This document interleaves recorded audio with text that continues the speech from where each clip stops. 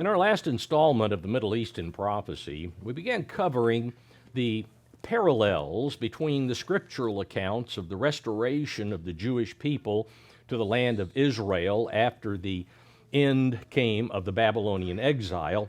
We compared that with the restoration of the Jews to the land of Israel in the 20th century primarily. Thus far, we've covered two of these incredible parallels.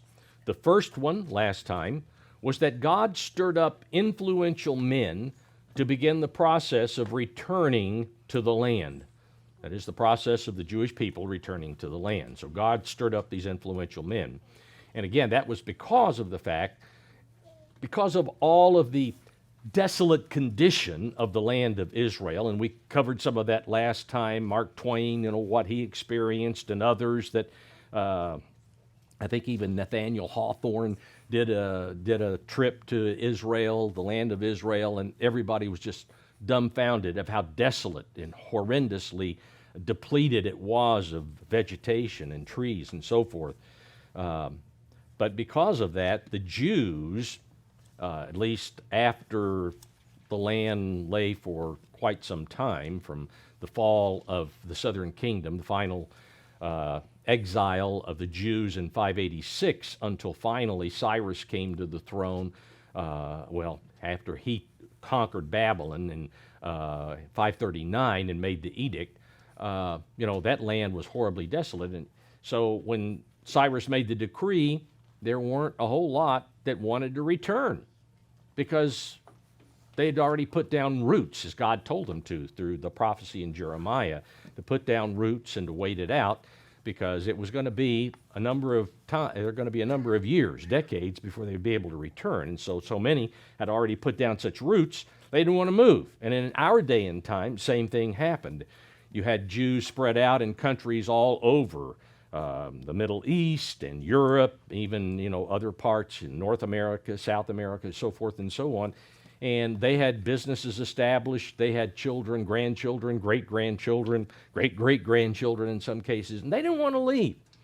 And so God had to stir the people up to return, and he used certain individuals we covered last time. The second parallel was Cyrus's decree, as well as the Balfour Declaration. Cyrus's decree and the return back in the 6th century BC, and then the Balfour Declaration, which was a decree issued in the 20th century.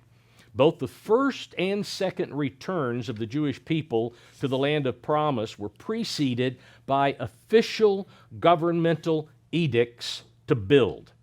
In the case of Cyrus's decree, it was to build or to rebuild the temple.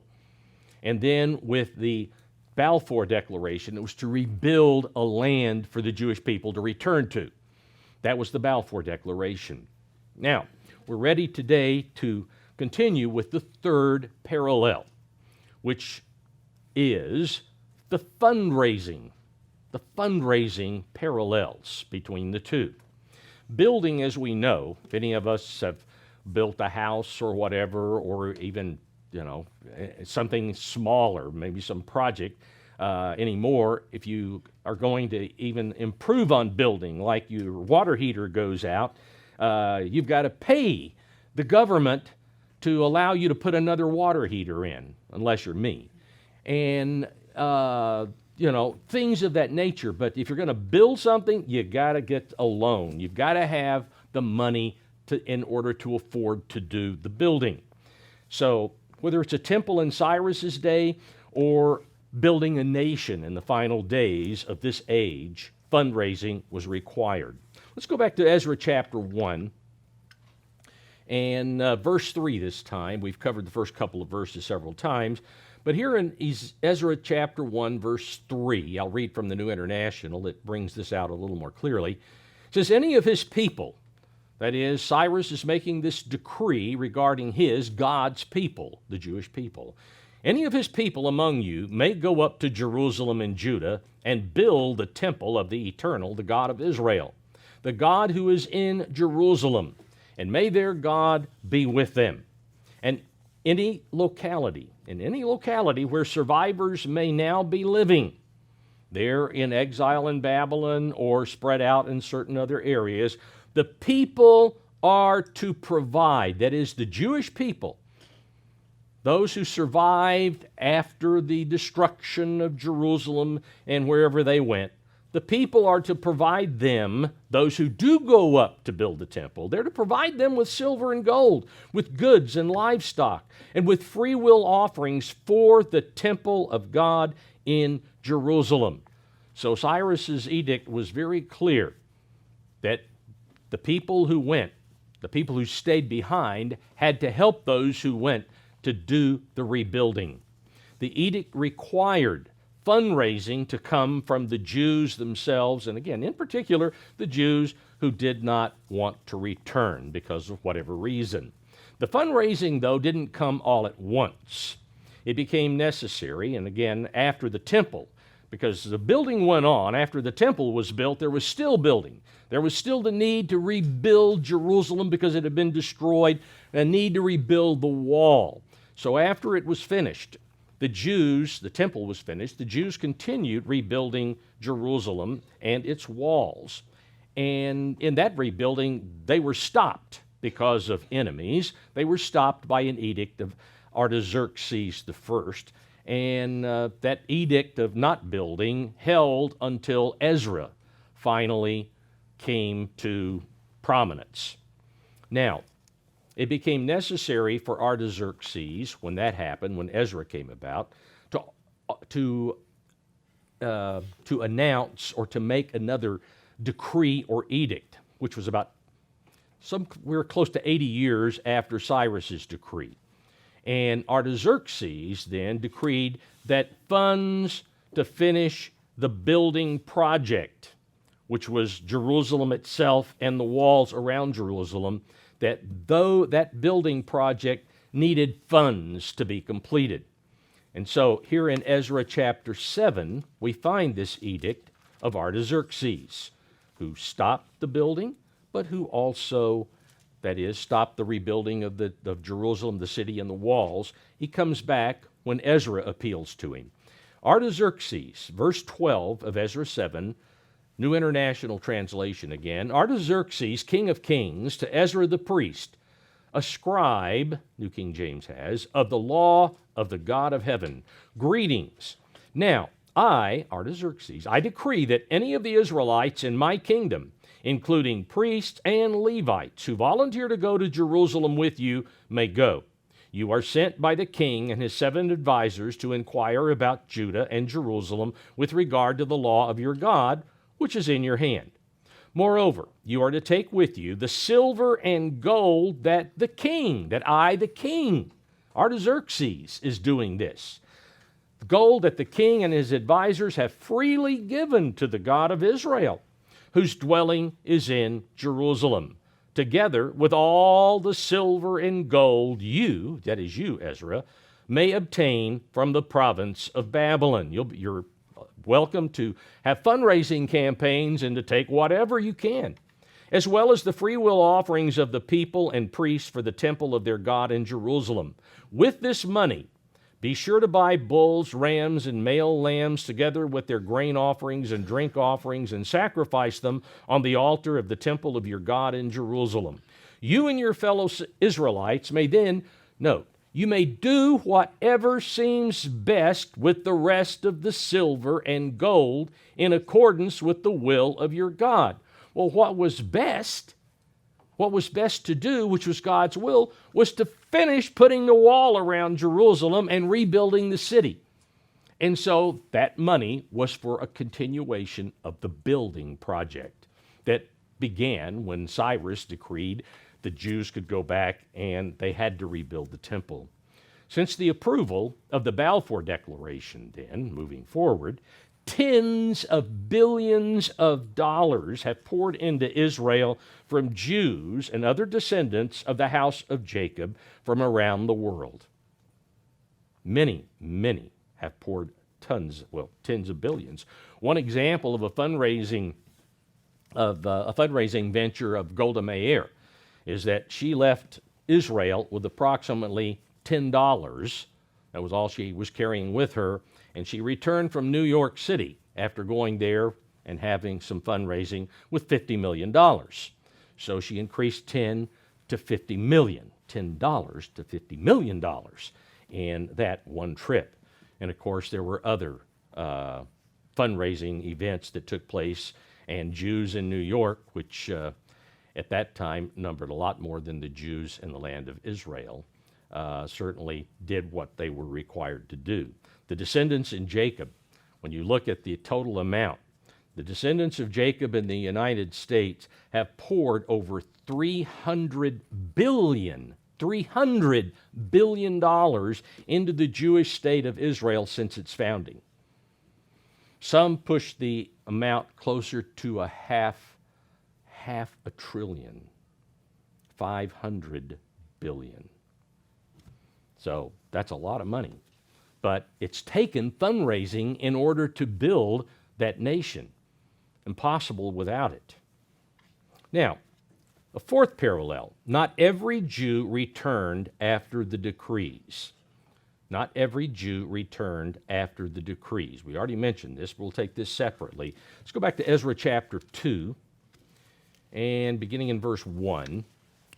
I'll read from the Tanakh translation here. It says, "These are the people of the province who came up from among the captive exiles whom King Nebuchadnezzar of Babylon had carried into exile to Babylon, who returned to Jerusalem and Judah, each to his own city, who came with Zerubbabel, Yeshua, Nehemiah, Seraiah, Realiah, Mordecai, Bilshan, Mizpar, Bigvai, Rehum, Baana, the list of the men of the people of Israel."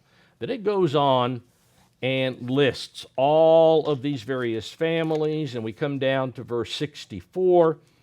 Here in verse 64, it says that the sum of the entire community, that is, every soul that went back, was 42,360. That's all.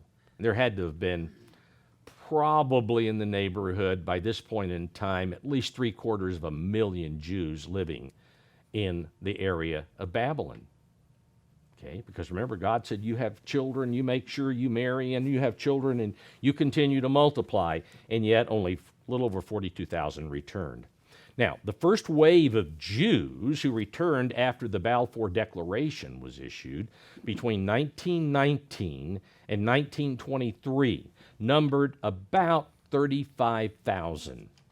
So that was it. And we're talking of multiple, probably at that point in time there were at least between 4 and 5 million Jews in the world. We had 35,000 that returned, so just a small number. And just as there were several different groups which returned during the time of Ezra and Nehemiah, so there have been several times of major immigration by Jews in the 20th century. However, just as then, so today. The majority of Jews did not return then, neither have the majority returned today. According to a Jewish census earlier this year, this 2025, only 45.5% of the world's Jews live in Israel.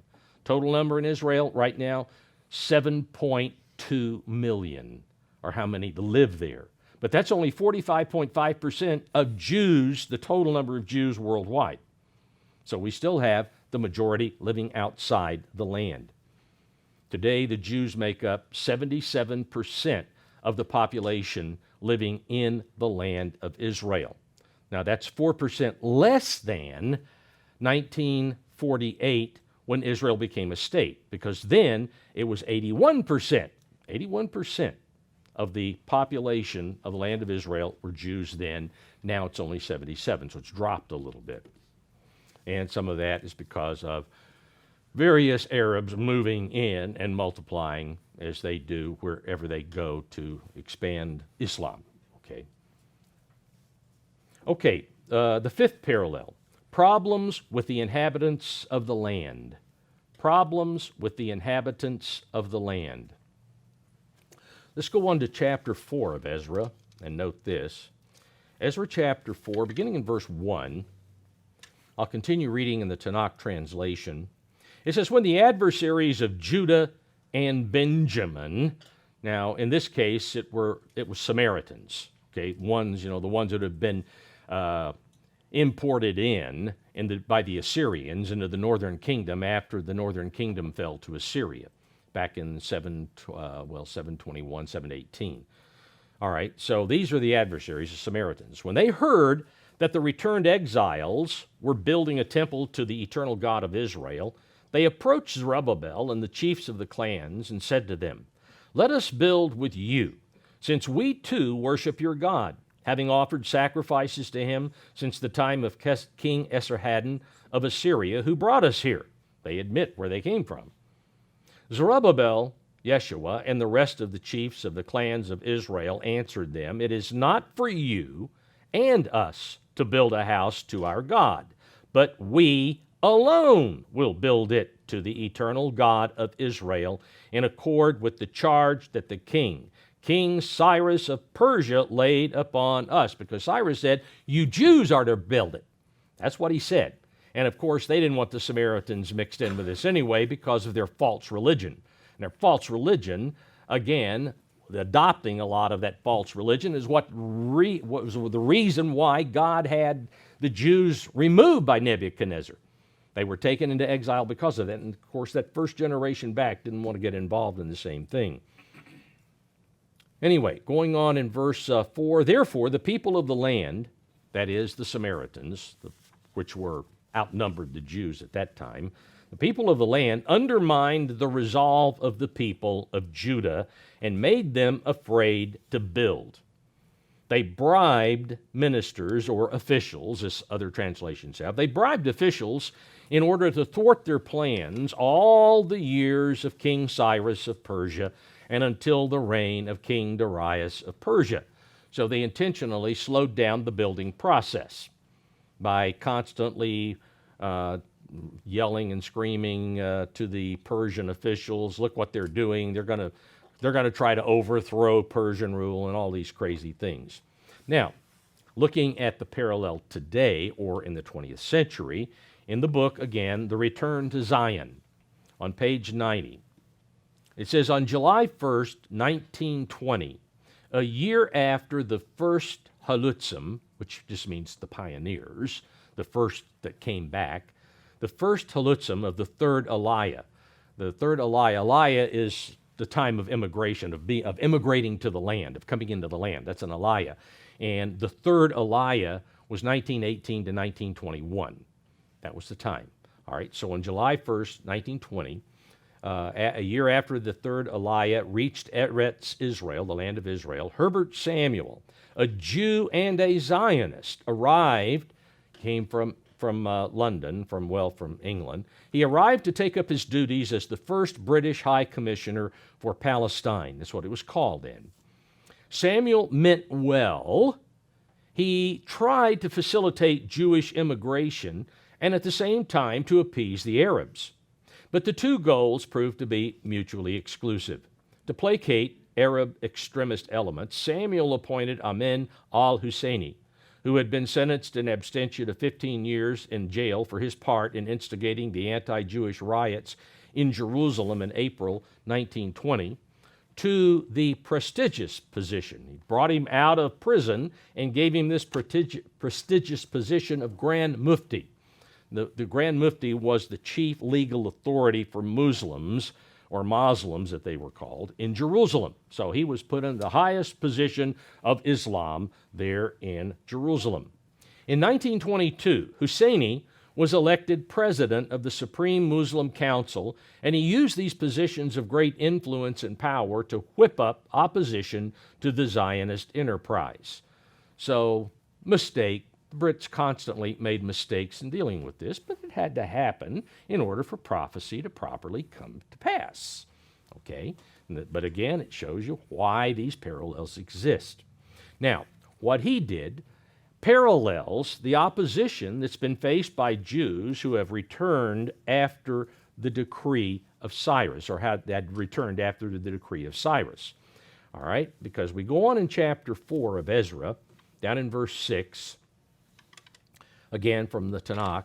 And in the reign of Ahasuerus, at the start of his reign, they, that is the adversaries of the Jews, drew up an accusation against the inhabitants of Judah and Jerusalem.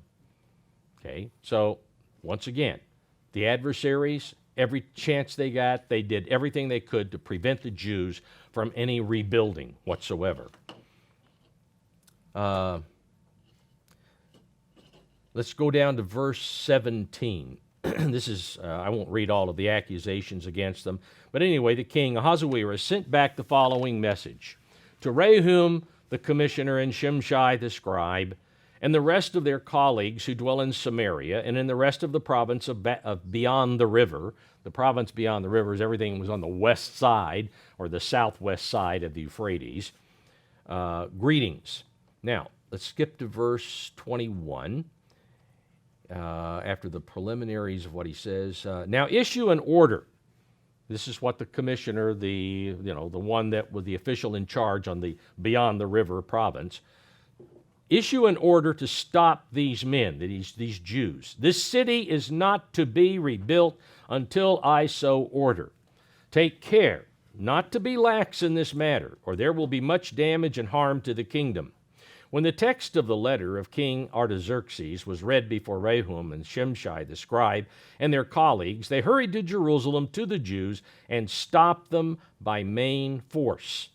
At that time, work on the house of God in Jerusalem stopped and remained in abeyance, or at a standstill, until the second year of the reign of King Darius of Persia. So the Jews were falsely accused and prohibited from any further building. Okay, same thing happening in the 20th century. Return to Zion again, page 91. In March 1921, Winston Churchill, the British colonial secretary, recognized Abdullah, a brother of Faisal. Now, Abdullah and Faisal were both sons of the Arab guy that, Husseini, whatever, who helped the British defeat the Ottomans, the Ottoman Empire. All right? So these were those brothers. So Churchill recognized Abdullah, a brother of Faisal, as emir of Transjordan. Okay, so Abdullah would be the emir, the principal governmental head of Transjordan. Faisal, later on that year, was made king. He was coronated king of Iraq. So Faisal was king of Iraq. Abdullah, his brother, was made emir of Transjordan. All right? Subsequently, Transjordan was truncated, that means cut off. It was truncated from the area to which the Balfour Declaration applied. Now, Transjordan was everything on the east side of the Jordan River, because when the Balfour Declaration, it was from the Mediterranean all the way to Iraq. That was Transjordan. That was the area. And when Churchill does this, recognizes, he makes him the emir, he makes Abdullah the emir, then all of a sudden, all of the east side of the Transjordan, all of that area was given to Abdullah. And it became Jordan eventually. It was called Transjordan then. But anyway, it was truncated from the area to which the Balfour Declaration applied. As a result of this first partition of Eretz Israel, of the land that was originally apportioned to them, the Jews, to come back to, they had the freedom by the Balfour Declaration to go all the way to Iraq. They had all of that area. Not anymore. They had to stay on the west side of the Jordan River. As a result of this first partition, Transjordan, 3 times as large as Western Palestine, was closed to Jewish settlement. An outbreak of Arab violence in Jaffa in May 1921, followed by large-scale attacks on Rehovot, Petah Tikva, and Hadera, left 47 Jews killed and 140 wounded. Samuel's reaction, remember Samuel was the British High Commissioner of Palestine, Samuel's reaction was to order a temporary halt of immigration and to enter into negotiations with the Arab Executive Committee. Arab violence, in short, this is, I'm continuing on page 96. Arab violence, in short, had led the mandatory power to curtail immigration. Because they were making such a fuss, the Brits gave in to them, they caved in, and they curtailed immigration. The lesson was not lost on the Arabs. Arab pressure for the stoppage of immigration, reinforced by repeated and violent attacks on the Jews and the restrictions imposed by the British from time to time, constituted a major theme in the political history of Palestine throughout the mandatory period. 8 years of relatively peaceful and constructive atmosphere, beginning in 1921, after that was done, were shattered by another outbreak of Arab violence in August 1929. Minor disputes about the right of the Jews to pray at the western wall of the Temple Court in Jerusalem were exploited by the Mufti, the religious leaders of the Muslims, to foment religious hatred by accusing the Jews of designs upon the Muslim holy places. Of course, the Dome of the Rock and, the Al-Aqsa Mosque.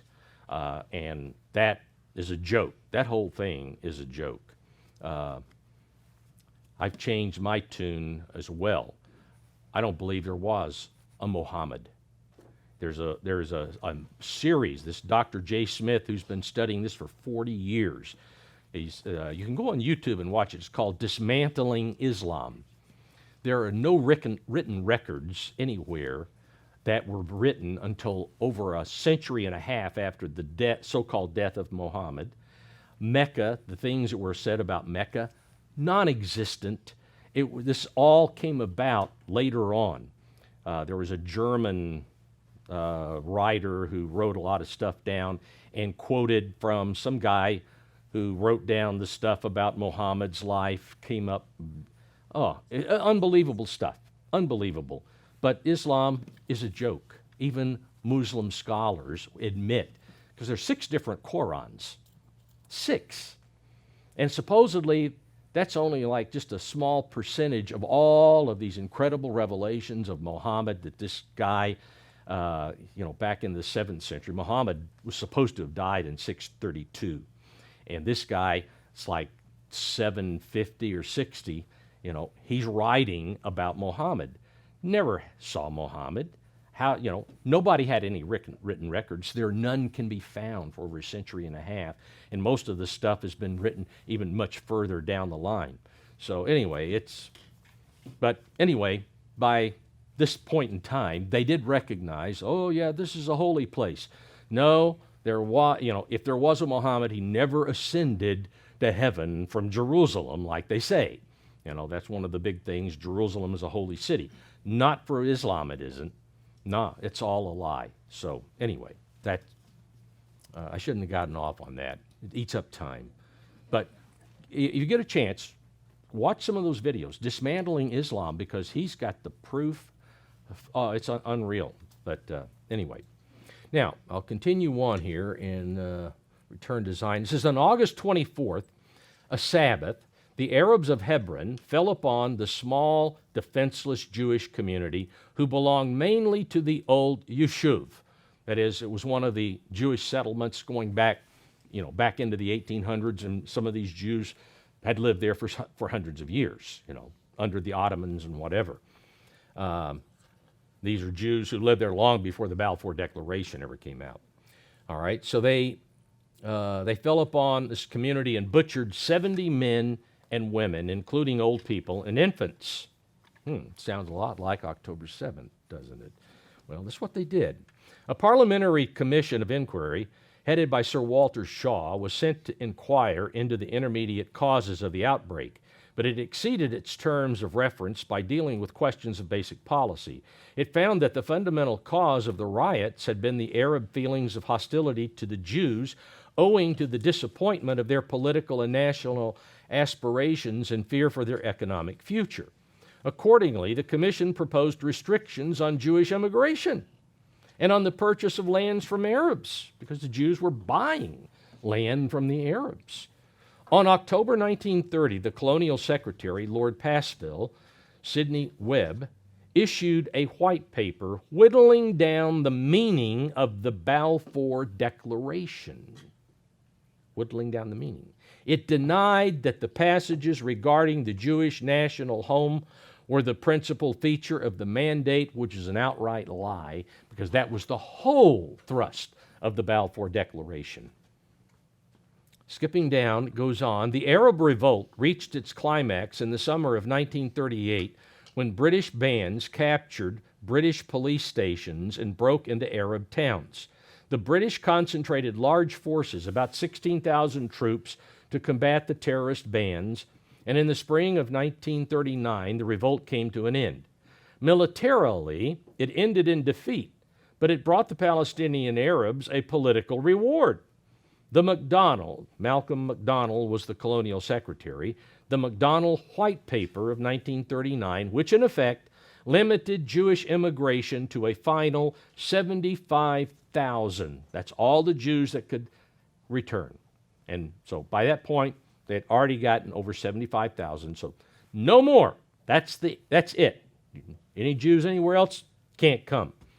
They abrogated the policy formulated in the Balfour Declaration. This meant that the Jews of Europe, as Hitler, of course, is beginning to move through Europe, the Jews of Europe were being left to their fate, and that the Jews of Palestine were to be a permanent minority. The British put restrictions on the Jews just as Artaxerxes did, that we read earlier as far as the rebuilding with Artaxerxes, the rebuilding of the city of Jerusalem and the walls. The action of the British have been repeated by the UN and other governments ever since. Even the United States. Okay, we're going to handle this Gaza thing now. And so don't do anything to Hamas. Even though Hamas is still killing Israeli soldiers, they every chance they get. Nope, you don't do anything now.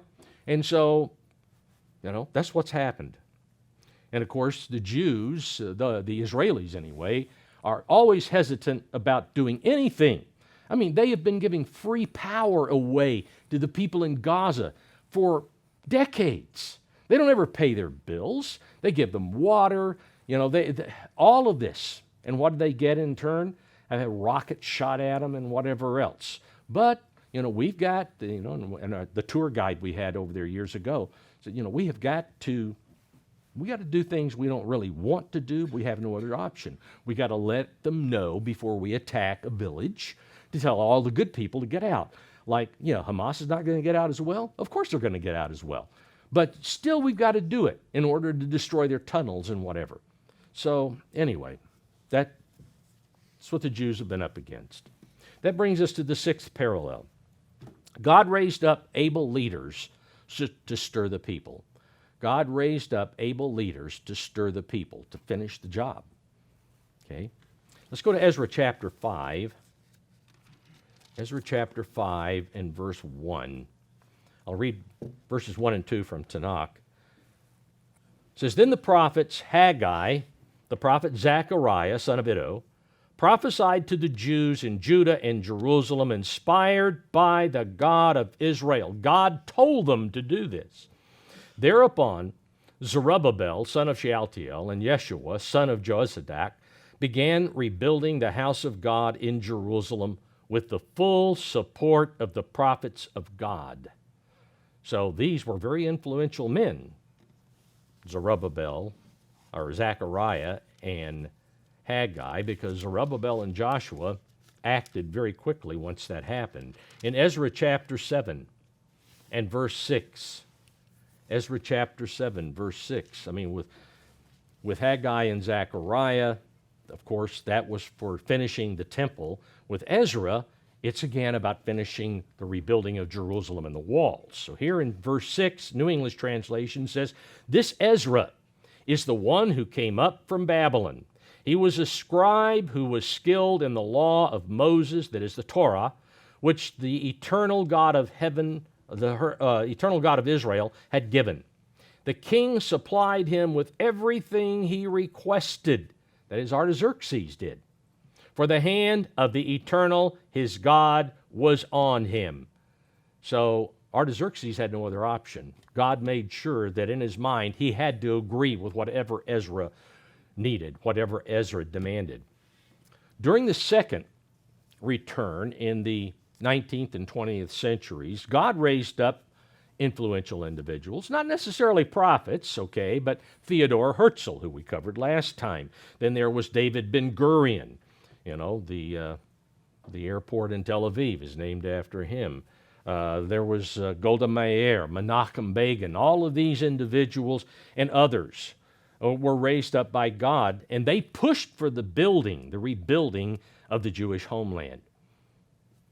So God raised up leaders anciently. He raised up leaders in the 19th and 20th centuries. Seventh parallel. Jews prepared to defend and defended themselves from the hostile inhabitants. Jews prepared for defense and they defended themselves from the hostile inhabitants of the land.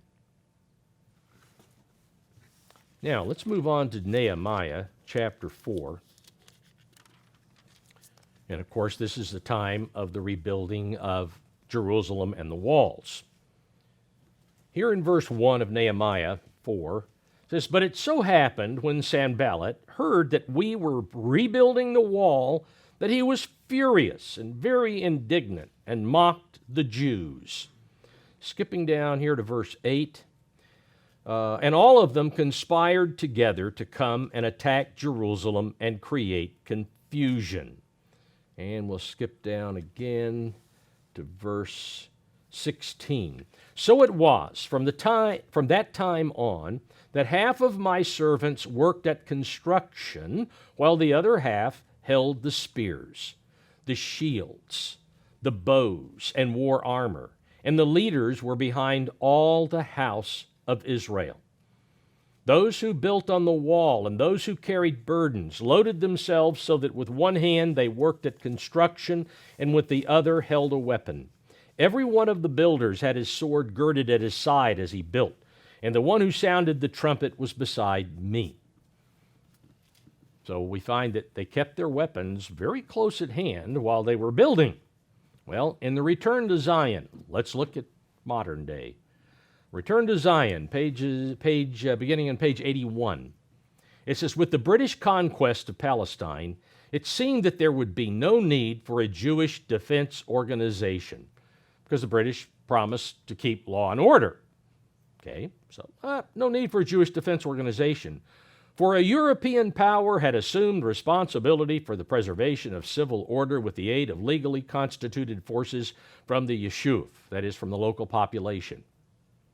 These illusions were destroyed by the Arab assault on Tel Hai and other Jewish settlements in Upper Galilee in March of 1920. It was now clear that the British authorities could not be relied on, and that the Yishuv, the local people, must create an independent defense force, which was called the Haganah, which would be subordinate to a public Jewish authority and would encompass masses of the Jewish population who would carry on their regular occupations. The Haganah proved itself for the first time on November 2nd, 1921, which was Balfour Day, when it repelled an attack of an Arab mob on the Jewish quarter of Jerusalem's Old City and prevented the slaughter of its inhabitants. So the Haganah, in fact, we didn't go to the Haganah Museum, but when we were over there, first time we went to Israel, we went to the Palmach Museum. Palmach was like the Navy SEALs branch of the Haganah. You know, they were more highly trained, but, you know, it showed a lot of what they did and the stuff they used back during that time of the British Mandate. In fact, the last time, I think it was the last time we went to a factory, a munitions factory, where they were making ammunition, which was by a rail where there was a British base, or not base, but there was a British outpost, and just up the hill was this bakery and laundry. and underneath the stove where they baked the bread, it could be moved, and you went down, and there were all of these tools, these incredible stuff for making bullets, and so they were building all of this right under the nose of the British, and it was fascinating seeing that. But anyway, I keep getting off here. But anyway, the Haganah, they did do that, which Haganah was the, if you will, the seed of the IDF, the Israel Defense Force of today. In fact, there's kind of a, well, it was fictionalized, but there's a lot of truth in it about the founding of the Haganah that was presented in the movie Cast a Giant Shadow. I thought it was a really great movie. I mean, it starred Kirk Douglas, who, by the way, is a Jew. And John Wayne was in it, and Frank Sinatra, and Topol, Tevye in Fiddler on the Roof. And there were some, Hollywood females too, but I can't remember who they were. John Wayne, Kirk Douglas, Topol. I mean, who can remember the women? They play subordinate roles in this movie. So you got to always throw in some women for some romance in a movie. Anyway, next, the eighth parallel 8. Final building required further decrees. Final building required further decrees, more edicts. Now, we need to go back to Ezra chapter 6. King Darius issued the final edict to make certain that the temple itself was completed. Remember, the inhabitants of the land were able to stop it. Well, Darius is the one who was able to restart. Here we find in verse 1 of Ezra 6, then King Darius issued a decree, and a search was made in the archives where the treasures were stored in Babylon. Now, let's skip down to verse 7. He said, let the work of this house of God alone, that's what he tells the inhabitants of the land, the Samaritans, let the governor of the Jews and the elders of the Jews, the governor, of course, was Zerubbabel, and the elders of the Jews build this house of God on its site. Moreover, I issue a decree as to what you shall do for the elders of these Jews, for the building of this house of God. Let the cost be paid at the king's expense from taxes on the region beyond the river. This is to be given immediately to these men so that they are not hindered. Notice, Darius required a tax that was to go to the funding of the building. And, verse 9, whatever they need, give whatever they need. Young bulls, rams, and lambs for the burnt offerings of the God of heaven, wheat, salt, wine, and oil, according to the requests of the priests who are in Jerusalem. Let it be given them day by day without fail. A pretty strict edict here. Skipping down to verse 14. So the elders of the Jews built, and they prospered through the prophesying of Haggai the prophet and Zechariah the son of Iddo. And they built and finished it according to the commandment of the God of Israel, and according to the command of Cyrus, Darius, and Artaxerxes, king of Persia. Now the temple was finished on the 3rd day of the month Adar, which was in the 6th year of the reign of King Darius, which was the year 515 BC. All right, so now let's look at a parallel here in the 20th century. The UN partition of Palestine decreed the certainty of Jewish control of the Promised Land.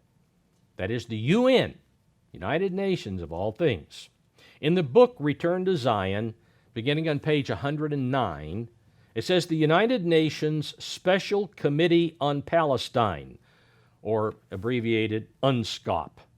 UNSCOP, okay, United Nations Special Committee on Palestine. A majority of UNSCOP, 7 of the 11 members, came up with a recommendation reminiscent of the proposals of the Peel Commission a decade before. Its plan called for the partition of Palestine into an Arab state, a Jewish state, and a Jerusalem enclave under the UN trusteeship, all three to be linked in an economic union. The proposal was accepted by the Jews, as always, and as always rejected by the Arabs. The UNSCOP report occupied the center of the stage when the regular General Assembly met in New York in September 1947. Britain, which had been thought to be tired of the responsibility for the mandate, shifted its position and actively canvassed for the rejection of the partition. The threats voiced by the Arab Higher Committee to the effect that what would happen to the Jews in Palestine if the UNSCOP proposals were adopted would exceed the horrors of Genghis Khan.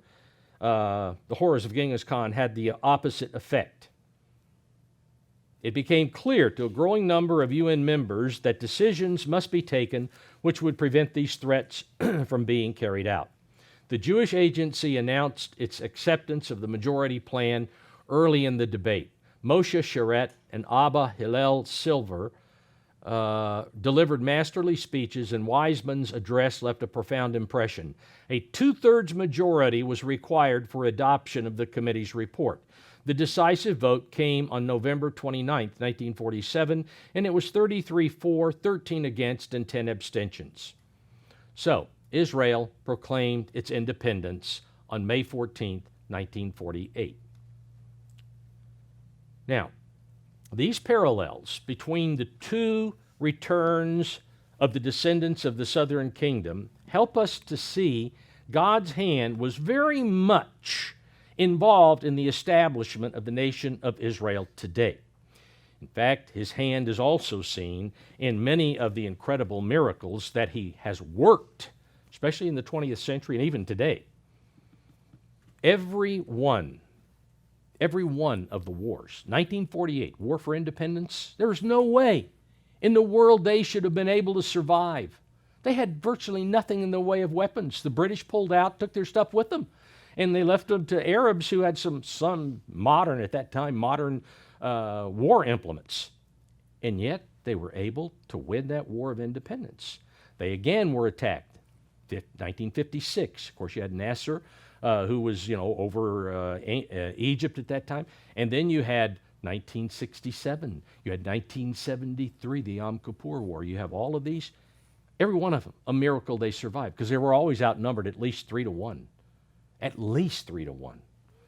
So every war. In fact, there's a documentary series. There are 13 shows. They're a little less than a half hour each, called Against All Odds. Some of you may have watched those, but it catalogs, it reviews incredible things that have happened in the area of the land of Israel with the Jewish immigration and everything that took place in the building of Israel.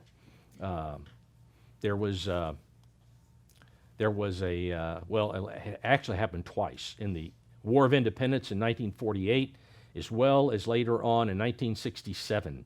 In that war, there was a small band of Jewish soldiers who were close to Mount Zion, and they were down to almost no bullets. They ran out of bullets, and there are a couple hundred Jordanian Arabs that are charging up, and all of a sudden, once every bullet of the Jewish soldiers was gone, all of a sudden the Arabs, and then they're looking up and they're pointing, and then they all turn around and start running down the hill.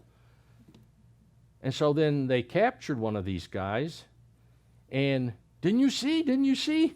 Abraham was there, waving his hands off. We're to leave. And so we left. Now, the Israeli guys saw nothing. They saw nothing. But God made sure the Jordanian Arabs did. And the same thing happened in 67. There was a small Jewish scouting group, and all of a sudden, here comes dozens of Jordanian soldiers, and they're starting to shoot at them, and all of a sudden, they scream and yell and throw their hands up, and they turn around and run as fast as they can. And one of them said that Abraham, they were yelling Abraham again.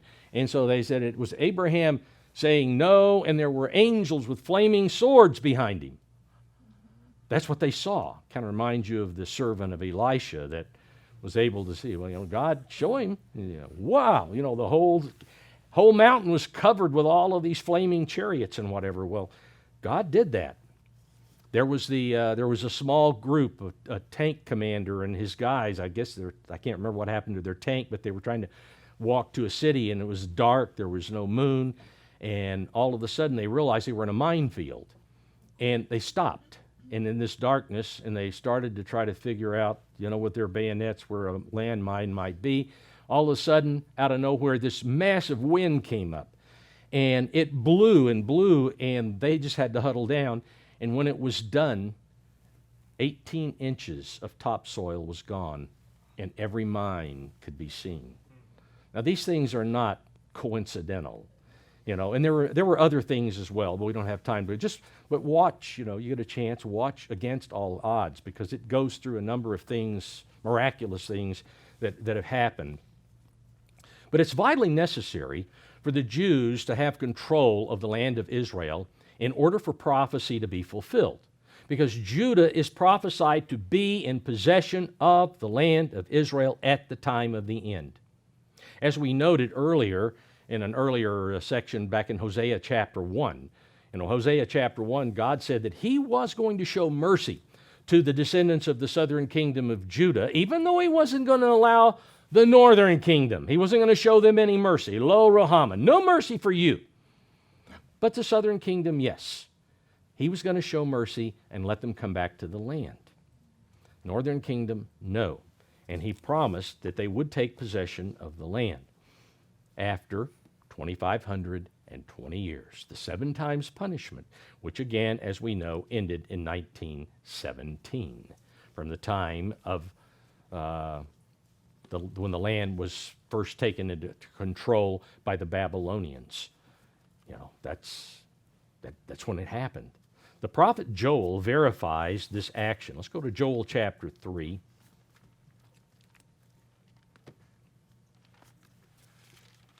Joel chapter 3 and verse 1.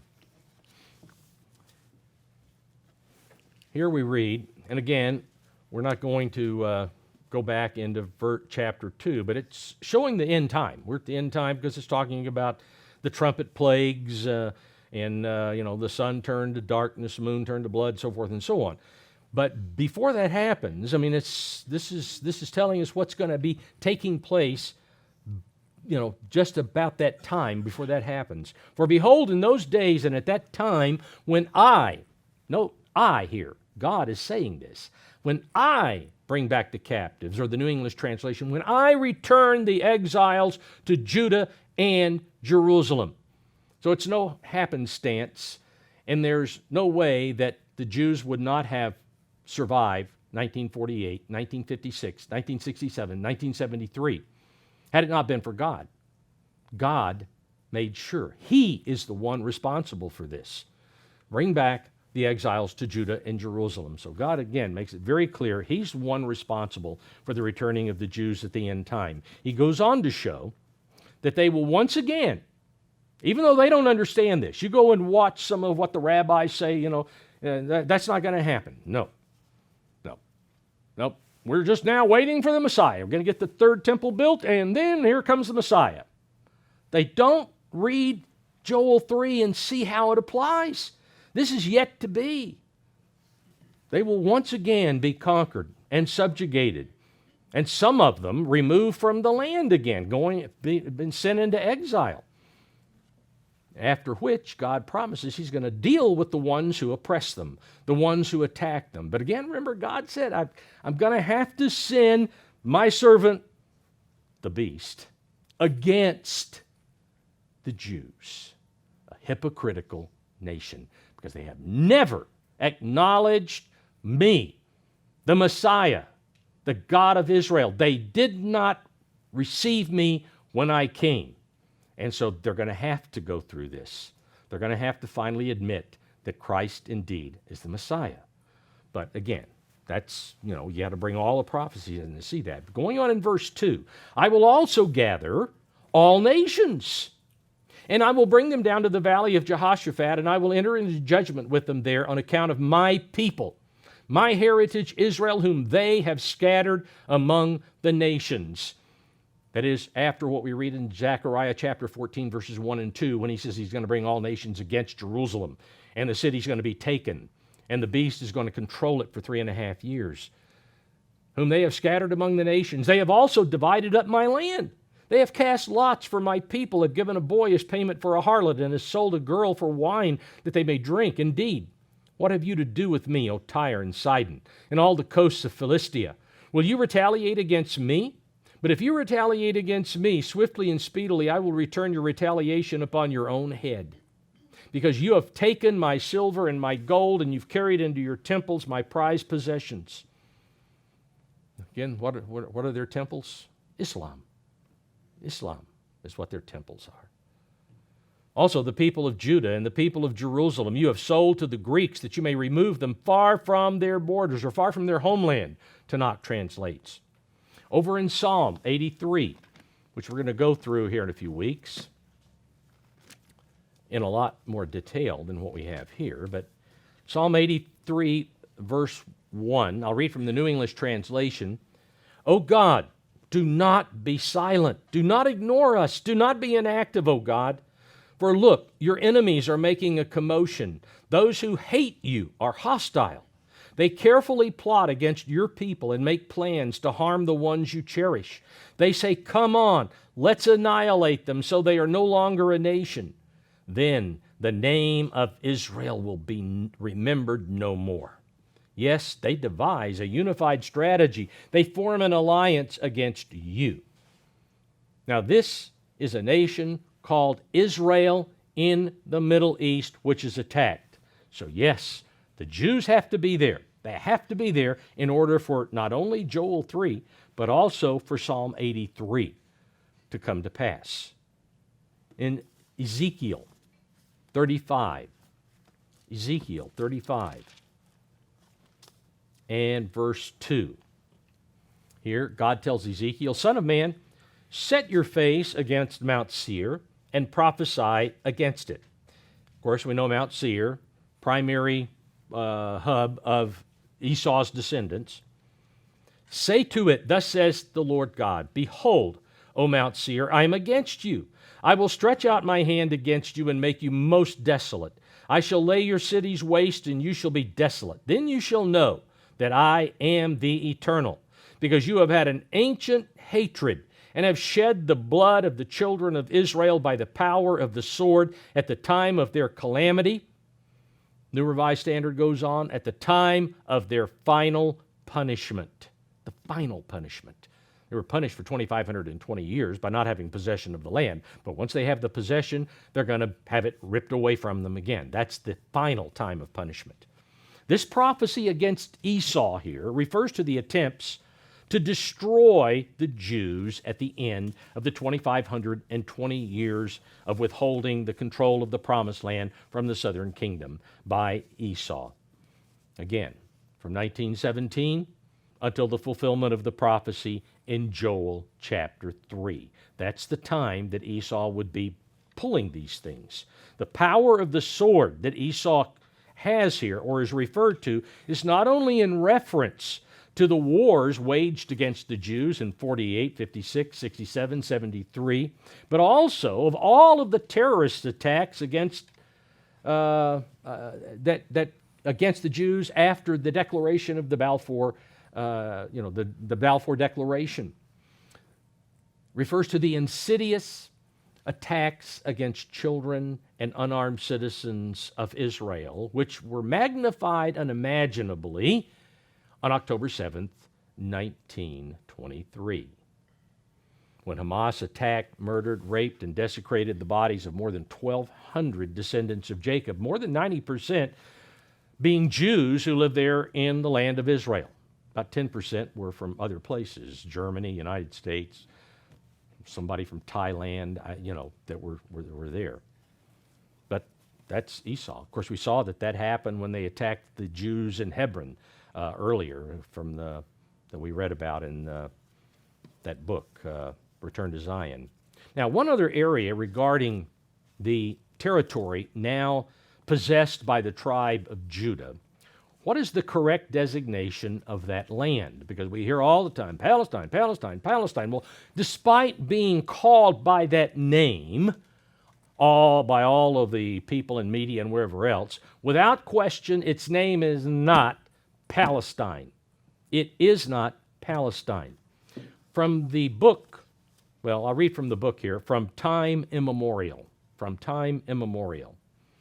page 138. It says, many authorities have addressed the misconceptions surrounding the word Palestine. The name derived from other migrants from the northwest, the Philistines. It's derived from Philistine.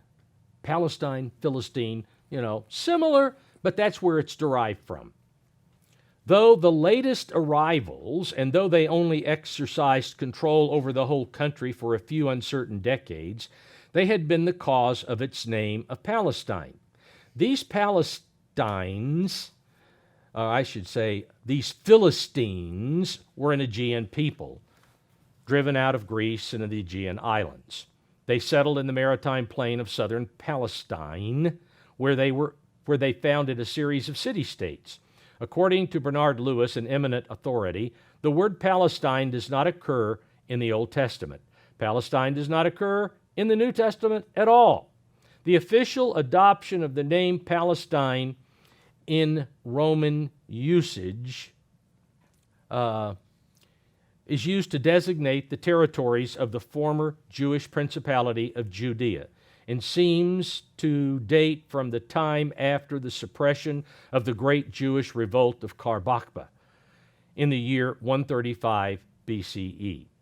It would seem that the name Judea was abolished. Romans purposely wanted to abolish the name Judea. And the country renamed by the Romans Palestine, or Syria Palestina. You'll see that in some of the older maps, Syria Palestina, with the intention of obliterating its historic Jewish identity. So where does the word Palestine come from? The Roman usage of calling it after the Philistines. That's where it came from. That's where the name came from.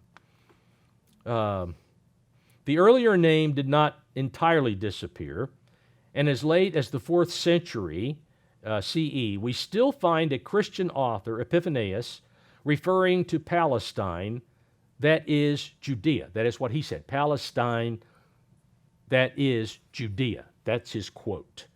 All right, so he understood what Palestine really is. It's Judea. As many, including Professor Lewis, have pointed out, from the end of the Jewish state in antiquity to the beginning of British rule, the area now designated by the name Palestine was not a country, had no frontiers, only administrative boundaries. It was a group of provincial subdivisions, by no means always the same, within a larger entity, like the Ottoman Empire, then the British Mandate, which the French had a mandate of the area of Lebanon, and so forth and so on. In other words, it appears that Palestine never was an independent nation, and the Arabs never named the land to which they now claim rights. Okay? So it's all bunk. Whole thing is bunk. Now, in an article that appeared in the Jerusalem Post in November 25th, 1995, the author of the article quotes Golda Meir when she was visiting, New York. Says the British chose to call, this is her quote, the British chose to call the land they mandated Palestine, and the Arabs picked it up as their nation's supposed ancient name, though they couldn't even pronounce it correctly, and turned it into Phalistin. Okay, so Phalistin, not Palestine, but Phalistin is what they were calling it, at least then. We need to realize that a nation known as Palestine has never, ever existed as an autonomous country. Never has. There's no language known as Palestinian. They all speak Arabic. That's what they speak. They don't speak Palestinian. There's no culture known anywhere as Palestinian culture. No land governed by Palestinians in the past. Those who choose to call themselves Palestinians today are simply Arabs. The descendants of Arabs who moved in when the Jews finally began to develop the land, and they needed workers because there weren't enough Jews coming in, and so Arabs came from all parts of the Arab world to work there. And then claimed to be, we were here. No, you weren't. There's all kinds of proof that they came from somewhere else, these that call themselves Palestinians. The name Palestine was developed by the Romans to stamp out the memory of the people which had caused them so much trouble, the Jews. That was why they wanted to obliterate the name Judea altogether. The name of the land should be in accordance with what God has considered the name to be, which is, of course, Israel. Prevailers with God, prevailers with Him. Let's go back to Matthew chapter 2, because the Bible is very clear what the name of the land should be.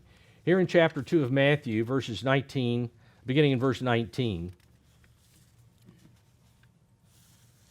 it says, "But when Herod was dead, behold, an angel of the Lord appeared in a dream to Joseph in Egypt, saying, Arise, take the young child and his mother, and go to the land of Israel."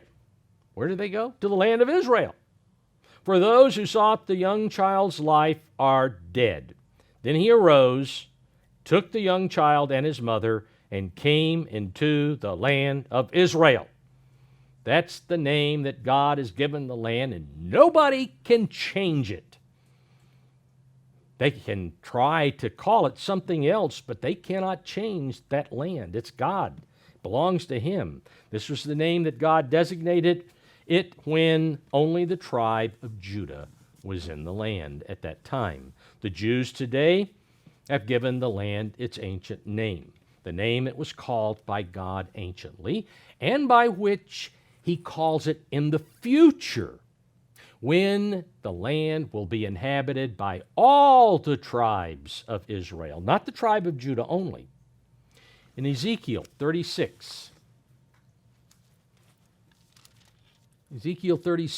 and in verse 5, I'll read from Tanakh translation. Ezekiel 36:5, "Assuredly, thus said the Lord God, I have indeed spoken in my blazing wrath against the other nations and against all of Edom, which with wholehearted glee and with contempt they have made my land a possession for themselves, for pasture and for prey. Yes, prophesy about the land of Israel," not Palestine, Israel, "and say to the mountains and the hills, to the watercourses and to the valleys, Thus said the Lord God, Behold, I declare in my blazing wrath, because you have suffered the taunting of the nations. Thus said the Lord God, I hereby swear that the nations which surround you shall in their turn suffer disgrace." So all of those who have opposed God and whom God has given the land to are going to pay for what they've done. Well, brethren, I hope that we now have a better grasp of all the factors which influence the present configuration in the Middle East. Remember, the Middle East it's not like Israel just jumped there all of a sudden, that all these other countries were already there. The mandate, the Balfour Declaration, was, 1917 is when it was conquered and the Jewish finally got back. The British controlled it.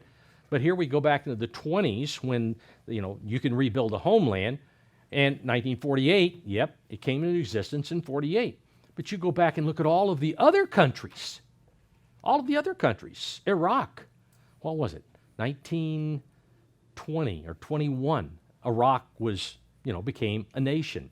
Then Saudi Arabia, 1932. Jordan, 1920, I think 22 or something. I mean, you look at them, Of course, the French were controlling the area of Lebanon, but even it is later on. Kuwait over on the Persian Gulf, I think it was in the 60s before it even became. So all of these countries, these are not ancient countries. These were bits and pieces of the Ottoman Empire. So Israel is just one of many countries that formed after the demise of the Ottoman Empire. But again, that configuration is, again, number one, the owner of all lands. We found that the owner of all land is God. It's His, so He can do what He wants to with it. The pre-appointed times and boundaries of all nations in relation to Israel were established by God in the days of Adam's sons, going all the way back, because God, from the very beginning, there in the Garden of Eden, where He established His presence, that's His land.